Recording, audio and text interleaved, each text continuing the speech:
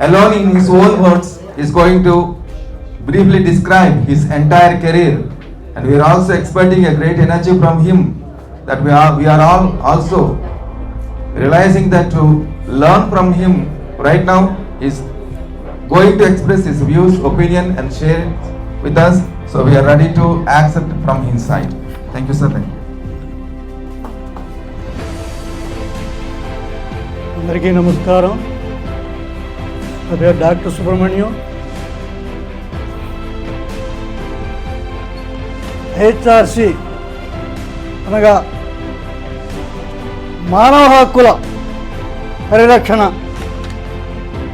ఎక్కడ అన్యాయం జరుగుతుందో అక్కడ మనం ప్రత్యక్షమై వాళ్ళ యొక్క ప్రాబ్లమ్స్ రక్షిస్తేనే, మామూలుగా సాల్వ్ చేస్తేనే దీని యొక్క పేరు సార్థకం అవుతుందని నా ఉద్దేశం.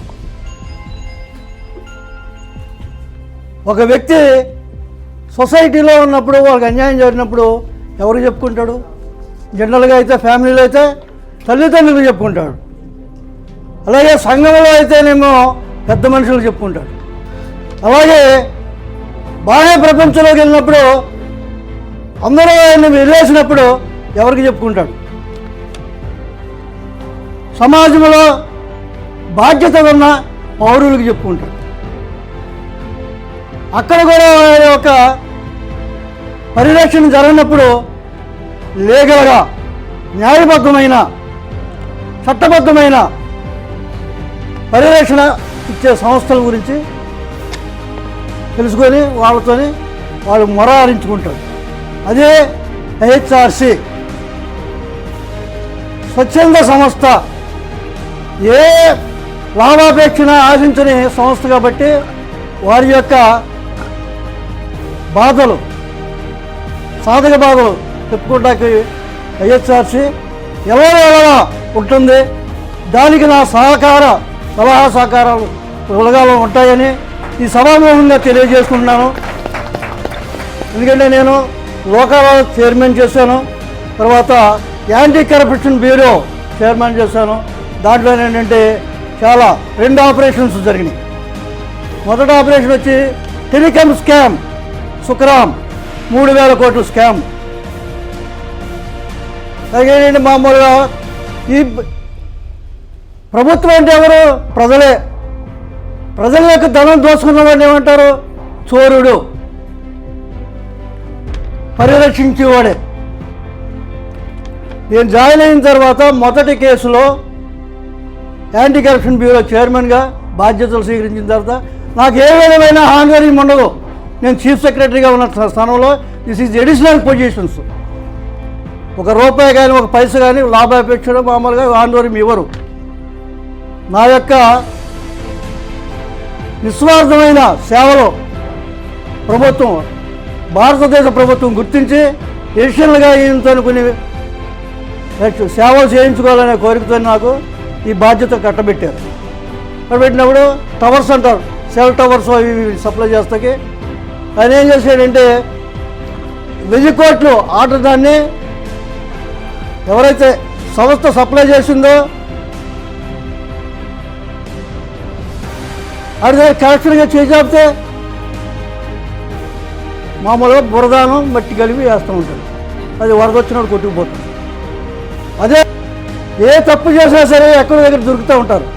దీనికన్నిటికీ ఏంటంటే దక్షత చేసి జరగబోతాయి.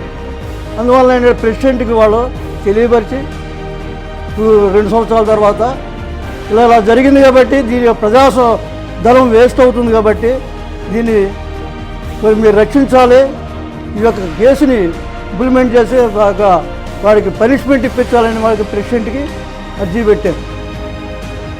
నేను జాయిన్ అయిన తొలివారంలోనే నాకు ఈ కేసు నాకు ట్రాన్స్ఫర్ చేయడం జరిగింది. సుఖరామ్ అంటే మినిస్టర్ అంటే కొంచెం ఎలా ఉంటుంది? వాళ్ళు ఏంటంటే మంది బలం, మా బలం చుట్టూ అంటే ఎవరిని నేను ప్రోత్సహించను. తప్పుగా నిలదీస్తాం మన హక్కు. అలా చేస్తే ఫస్ట్ దీనివల్ల చాలా ఎదుర్కోవాల్సినవి ఉంటాయి. నన్ను లేపేస్తా అన్నాడు సుఖరామ్. లేపేస్తానంటే నేను చిన్నగానే ఉన్నాను, మరి లాల్ బహదూర్ శాస్త్రి కన్నా సైజు. దానిపైన సరే నువ్వు లేపు, నేను నిన్ను లేపుతాను, చూసుకుందాం తర్వాత బయట. నేను డ్యూటీ మీద వచ్చాను కాబట్టి ఇది ఉంది కార్యక్రమం, మామూలుగా మీ దగ్గర వారెంట్ పట్టుకొని వచ్చాను. నేను అప్పుడు వైట్ అండ్ వైట్ మా డ్రెస్ కంప్లీట్. చీఫ్ సెక్రటరీగా ఉన్నప్పుడు అంటే 28 రాష్ట్రాల మీద అధికారి. వెళ్ళి మామూలుగా వాళ్ళు గేటు కూడా దాటనివ్వలేదు. దాటనివ్వకపోతే నేను మామూలుగా నా పని నేను చేసుకొని, నీకు ఏదన్నా ఉంటే తర్వాత నీ గ్రౌండ్లో వద్ద యుద్ధం కొట్టుకుందాం, ఈ యొక్క కార్యక్రమానికి నువ్వు అడ్డు రావద్దని మామూలుగా నీకు చెప్తే చూడలేదు. నాకు ఆ కాలంలోనే నాకు 39 మంది బ్లాక్ కమాండ్స్ సెక్యూరిటీస్ ఇచ్చారు. వాళ్ళు ఎవరిని తీసుకెళ్ళాను నేను. 1 కిలోమీటర్ డిస్టెన్స్లో ఆపి మాకు వాకీ టాకీలు ఇస్తూ ఉంటారు, వైర్లెస్. జస్ట్ నేను కోర్ట్ బాస్ పెట్టి మేము వాళ్ళు పిలిపించాను. పిలిచి మామూలుగా 15 మందిని చుట్టూరు మామూలు చేసి టెలిఫోన్ వైర్స్ అని కట్ చేపించి మాకు పని మనం చేసుకొని వీళ్ళు కమోడులు తయారు చేశాడు, సరుకుల్లో పెట్టాడు. పెడితే మార్కర్తో ఎక్కడ ఐడెంటిఫై చేశానో. దీనికన్నా ముందు, నాకన్నా ముందు ఏంటంటే ఒక డిప్యూటీ యాంటీ కరప్షన్ బ్యూరో డైరెక్టర్ని పంపించాను. ఫస్ట్ నేను ఎందుకు వెళ్ళాలని, రెండో కృష్ణుడి కింద వెళ్ళాలని ఊహించుకొని ఆయన పంపించాను. పంపించేసరికి అది కాంటాక్ట్ సర్టిఫికేట్ 4 పేజీలు రాసుకొచ్చాడు. Is a good person, good minister. అది వచ్చేసరికి తర్వాత నాకు ప్రెసిడెంట్ ఏంటంటే ఉన్నాం కాబట్టి ఎక్కడ మాకు మచ్చ లేదు కాబట్టి నాకు కొద్దిగా ఉద్రేకం వచ్చి గివ్ మీ 24 hours టైం ఎప్పుడో అని మామూలు అంటుంటే వెళ్ళి మామూలు సోదా చేశాను.